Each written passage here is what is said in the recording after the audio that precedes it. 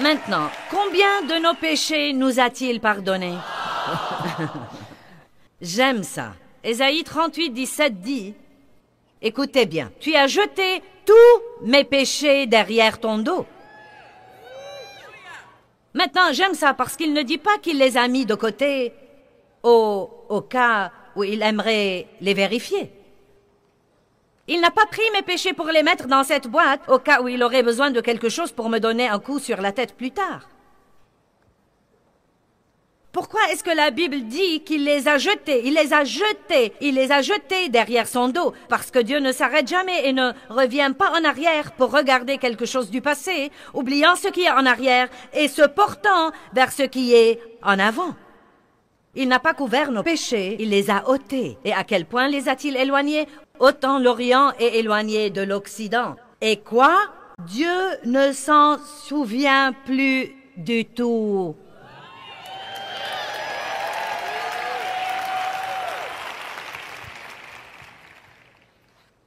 Donc, s'il ne regarde pas vos péchés, pourquoi continuez-vous à les regarder? Vous savez, nous passons beaucoup trop de temps à revoir et revoir et revoir tout ce qui ne va pas chez nous. Tout ce que nous avons fait de mauvais.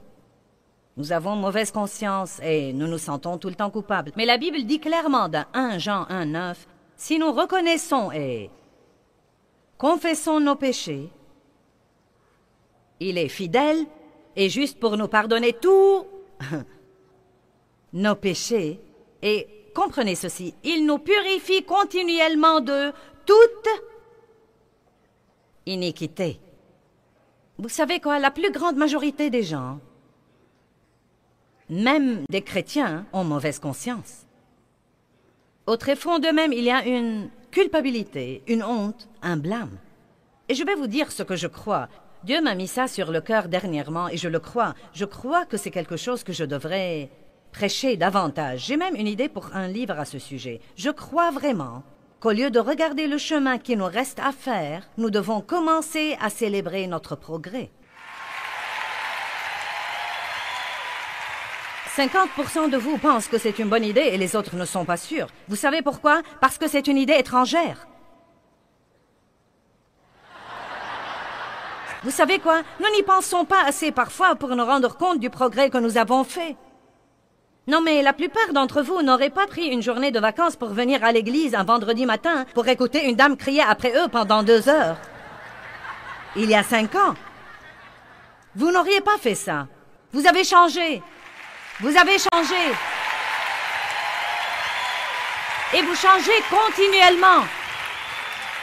Et le fait d'être assis là aujourd'hui veut dire que vous changez. Car quand nous venons à la parole, vous êtes changés à son image de gloire en gloire en gloire. Il est facile de se lever tous les jours et de penser « Oh mince alors, j'étais si impatiente hier.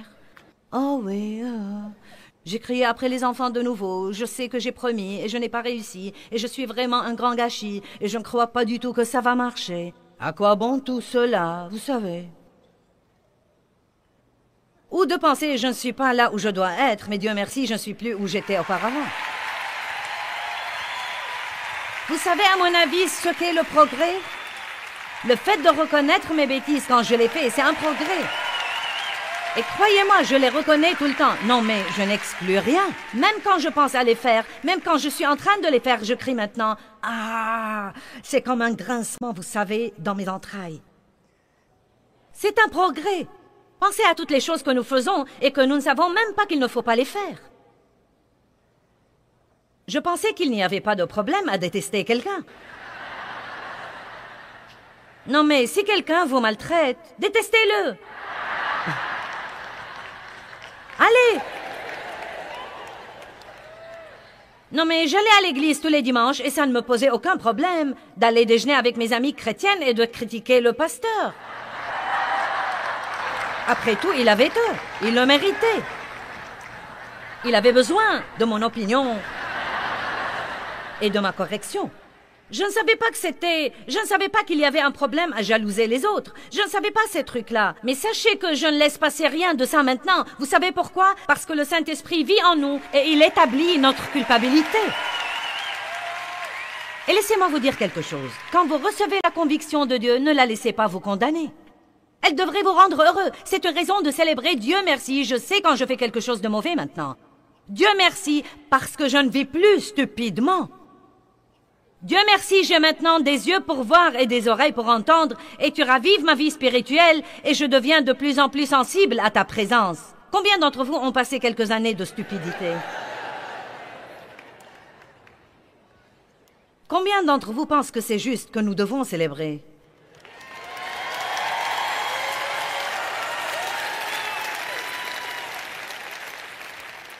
Je vous défie d'aller déjeuner avec quelqu'un et au lieu de rester là à parler de tous vos problèmes et de tout ce qui ne va pas et de tous les trucs stupides que vous faites toujours, pourquoi ne pas parler de votre progrès?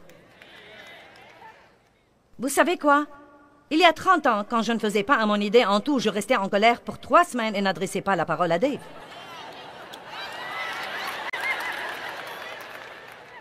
Amen? N'est-ce pas? 3 semaines. Une fois, je ne lui ai pas adressé la parole pendant 3 semaines, car j'étais têtue, c'était comme ça.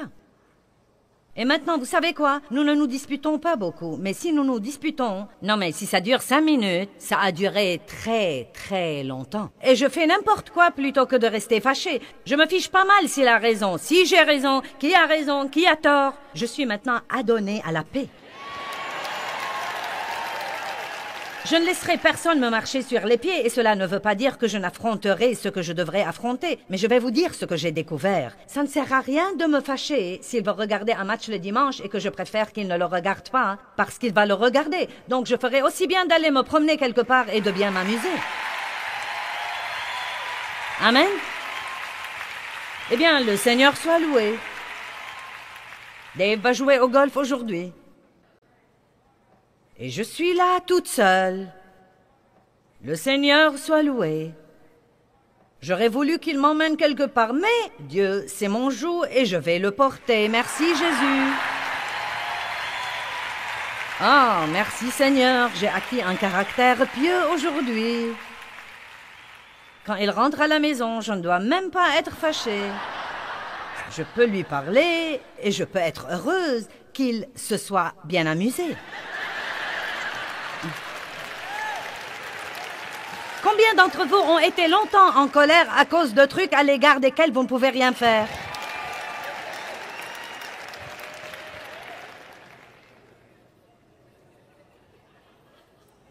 Célébrez votre progrès.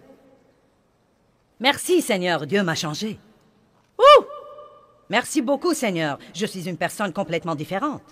Croyez-moi, je me risque à dire que 99% du temps maintenant, je suis vraiment heureuse. Et paisible. Wow! Vous savez, je fais rarement des bêtises maintenant, mais je faisais rarement ce qu'il fallait faire auparavant. Si je faisais quelque chose de bien, c'était une exception. Je faisais des bêtises tout le temps. Je ne souffre plus de la culpabilité et de la condamnation. Qui peut penser à un progrès qu'il a fait? Que faisaient les Israélites quand ils faisaient des progrès? Ils bâtissaient un hôtel et faisaient une fête. Non, mais ils célébraient en traversant le désert. Alors, ils bâtissaient toujours des hôtels et ils faisaient des fêtes et toutes sortes de trucs. Quand ils ont traversé la mer Rouge, ils ont sorti leurs tambourins, ils ont dansé, ils ont chanté. Je ne crois pas que nous faisons assez de fêtes. Je ne crois pas que nous célébrons assez.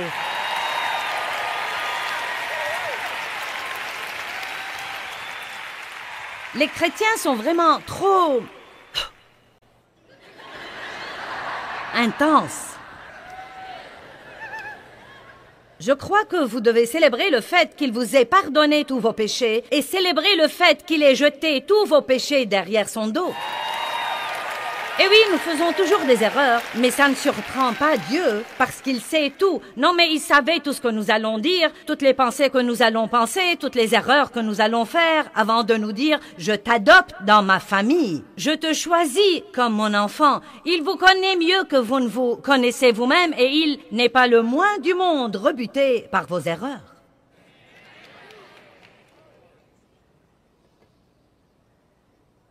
Puisque nos péchés ont été absolument pardonnés, il n'y a plus d'offrande que nous devons faire pour le péché. Cela veut dire que nous ne devons pas nous sentir coupables et perdre notre joie, car nous ne pouvons pas vivre comme des êtres humains parfait. Si je pouvais être parfaite, je n'aurais pas eu besoin de Jésus et vous non plus. Mon âme peut se reposer. Dieu soit loué, laissez-moi vous dire à quel point c'est merveilleux. Le diable dit, tu ne pourras jamais y arriver. Aussi grands que soient tes efforts, tu n'y arriveras jamais. Tu es toujours impatient, tu es toujours ceci, tu es toujours cela. Et moi je dis, il y a des parasites dans la radio. Laissez-moi la régler sur une autre fréquence. Oh oui, la voilà. Dieu m'aime beaucoup, je suis la justice de Dieu en Christ. Je suis justifié, je suis accepté de Dieu par Jésus-Christ. Ouh, alléluia, tout le pouvoir est en moi. Maintenant, puis-je vous dire quelque chose? Je vis de cette façon. Et si vous ne prenez pas la décision de vivre de cette façon, vous n'allez jamais avoir ce que vous voulez. Je me parle toute seule à haute voix. Je fais des réunions avec moi-même. Je me dis de me lever et de me redresser. Et parfois, quand je me sens je prends un bout de papier et j'écris à la main toutes les choses pour lesquelles je dois être reconnaissante. Allez, vous devez combattre le bon combat de la foi. Le diable vous hait. Vous comprenez? Il est vraiment vexé que vous ayez accepté le Christ, mais il veille à ce que vous n'en jouissiez jamais. Il vous hait. Mais tout le pouvoir, tous mes péchés ont été jetés derrière son dos. Oh, voici un autre bon verset. Marc 10, 27. Pour les hommes, cela est impossible, mais pour Dieu, tout est possible. Ouh! Allons à Marc 10 pour une minute.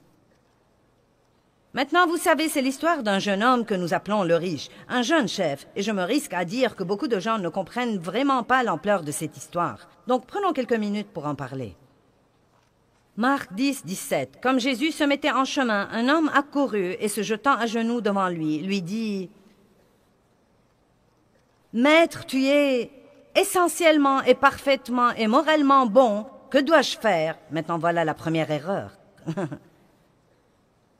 Que dois-je faire? Combien de fois nous demandons à Dieu, « Que veux-tu que je fasse? Que puis-je faire? Que puis-je faire? Que puis-je faire? » J'ai pensé l'autre jour à quelqu'un qui avait un problème dans sa vie et j'avais prié pour lui et prié et rien ne semblait changer et pourtant, autant que je sache, je me suis surprise à dire, « Dieu, que puis-je faire? » Et le point essentiel, c'est qu'il n'y a rien que nous puissions faire.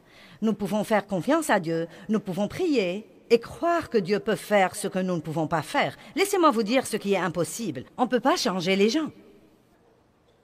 Allez, maintenant beaucoup d'entre vous pourront avoir leur âme en vacances aujourd'hui avant de sortir d'ici, si vous vous rendez vraiment compte que vous n'allez pas changer cette personne à qui vous êtes marié. Allez, aidez-moi. Je peux entendre certains d'entre vous dire, « Eh bien, s'il ne change pas, il n'y a pas moyen que je puisse le supporter. » Je puis tout par le Christ qui me fortifie. Si c'est là que Dieu veut que je sois, je peux être là, et je peux être là avec joie, et je peux être là avec paix. Allez, les miracles ne viennent pas avec les « je ne peux pas ». Que puis-je faire? Que puis-je faire? Vous ne pouvez pas changer l'économie, vous ne pouvez pas changer... Oui, vous pouvez instruire vos enfants, mais vous ne pouvez pas en faire ce que vous voulez qu'ils soient. Vous ne pouvez pas les rendre plus intelligents et les amener à étudier davantage. Instruisez-les selon la voie à suivre, faites de votre mieux, puis donnez-les à Dieu.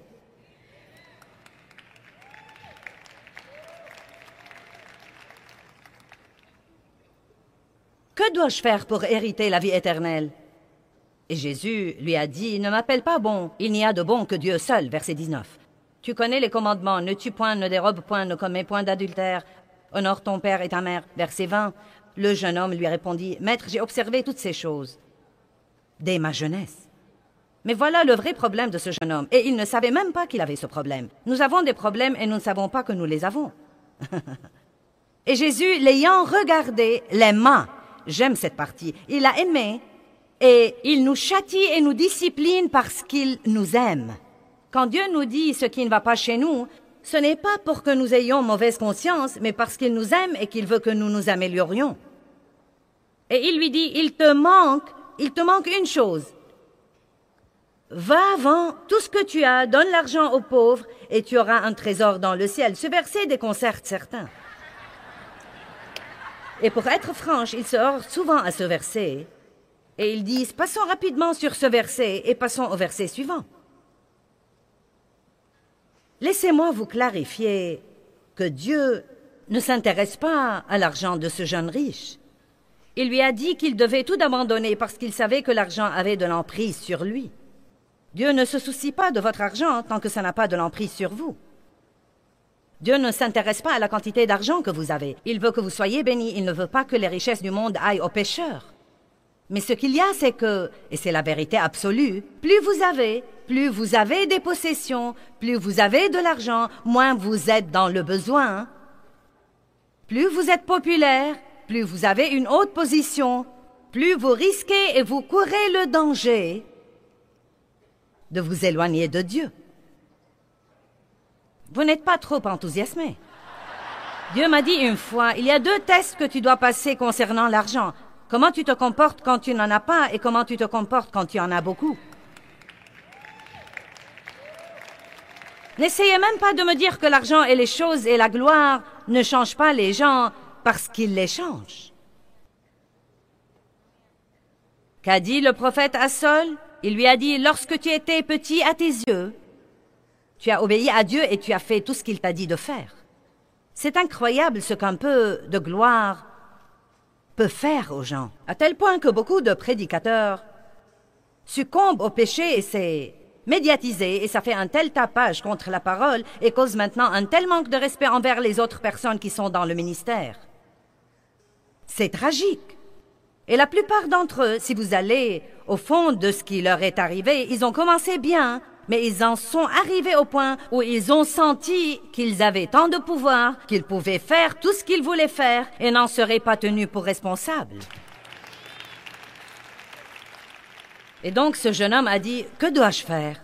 Eh bien, il a pu observer la loi, mais il n'a pas pu s'empêcher d'être avide. Vous pouvez être religieux, mais c'est les questions du cœur qui comptent pour Dieu. Et donc, il a dit, verset 22, écoutez bien, mais affligé de cette parole, cet homme s'en alla tout triste et chagriné, car il avait de grands biens. Maintenant, vous savez, dès que Jésus lui a dit, renonce à ton argent, l'homme est devenu triste et déprimé. Essayez de recevoir des offrandes. Laissez-moi vous dire quelque chose. Parfois, votre humeur tout entière est affectée. Vous pouvez presque sentir ces murs invisibles qui s'élèvent. Les voilà, ils essayent de vous prendre votre argent. Dieu ne nous demande pas de l'argent parce qu'il en a besoin, c'est un test. Il ne s'intéresse pas à votre argent si vous êtes un canal et non pas un réservoir. Voyez, il a dit à ce type, verset 23, Jésus regardant autour de lui dit qu'il sera difficile à ceux qui ont besoin des richesses et qui se confient dans les richesses d'entrée dans le royaume de Dieu. Donc, il dit que vous pouvez avoir des richesses, mais si vous ne les utilisez pas là où il faut, elles vont avoir de l'emprise sur vous et vous aurez du mal à obéir à Dieu et à le suivre et à demeurer fort en lui. Les disciples étaient excessivement perplexes et étonnés. Ils se sont probablement sentis comme vous vous sentez ce soir. Eh bien, je ne peux jamais rien posséder si je veux servir Dieu. Et de toute façon, il continue et il dit, il est plus facile à un chameau de passer par le trou d'une aiguille qu'à un riche d'entrer dans le royaume de Dieu. Eh bien, voici la chose. Elle sera instructive pour certains de vous. Le trou de l'aiguille était en fait une porte à Jérusalem. Nous ne parlons pas d'une aiguille à coudre et de faire passer un chameau par son trou. C'est là que nous devons comprendre. Le trou de l'aiguille était une porte à la ville de Jérusalem, qui était une très petite porte, et le seul moyen pour qu'un chameau puisse la passer était de descendre à genoux et de la passer comme ça. Maintenant, ce que dit Dieu, c'est que si vous vivez à genoux,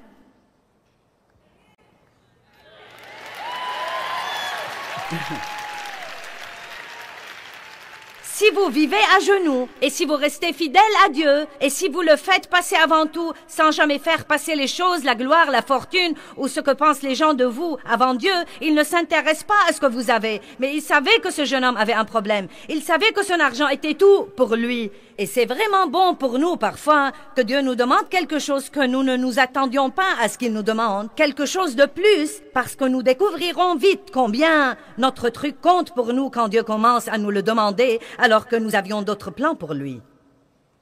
Oh, vous n'êtes pas content?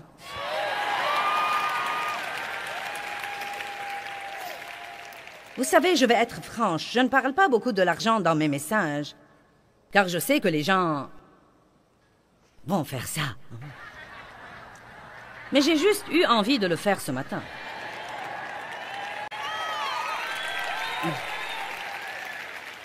Puis il dit, bonté divine, il dit, il n'y a personne qui ait quitté maison ou champ ou sœur ou frère ou père ou mère pour l'amour de moi qui n'en reçoive maintenant en ce temps-ci 100 fois autant. Eh bien, il n'essayait pas d'enlever au type les trucs qu'il avait. On ne peut pas savoir ce que ce type aurait fini par avoir s'il avait fait ce que Dieu lui avait dit de faire.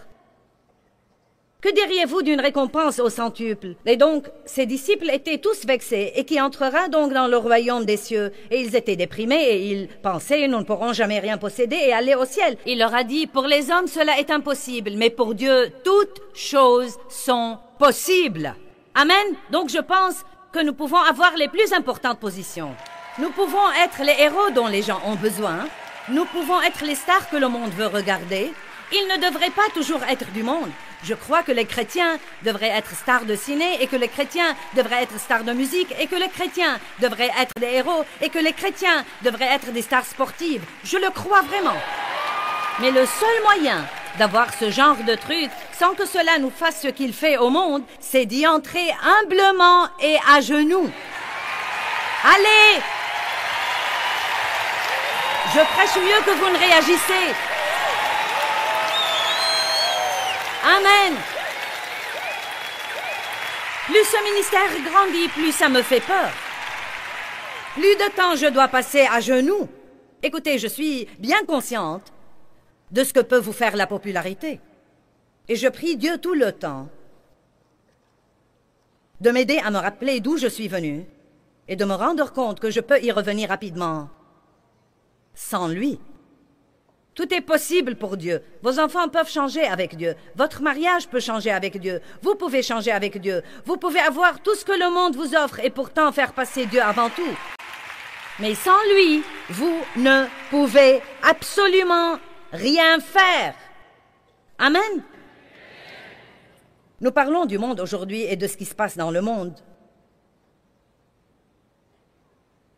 Vous savez, qu'arriverait-il si le gouvernement disait « Nous allons fermer pour 3 jours et prier ».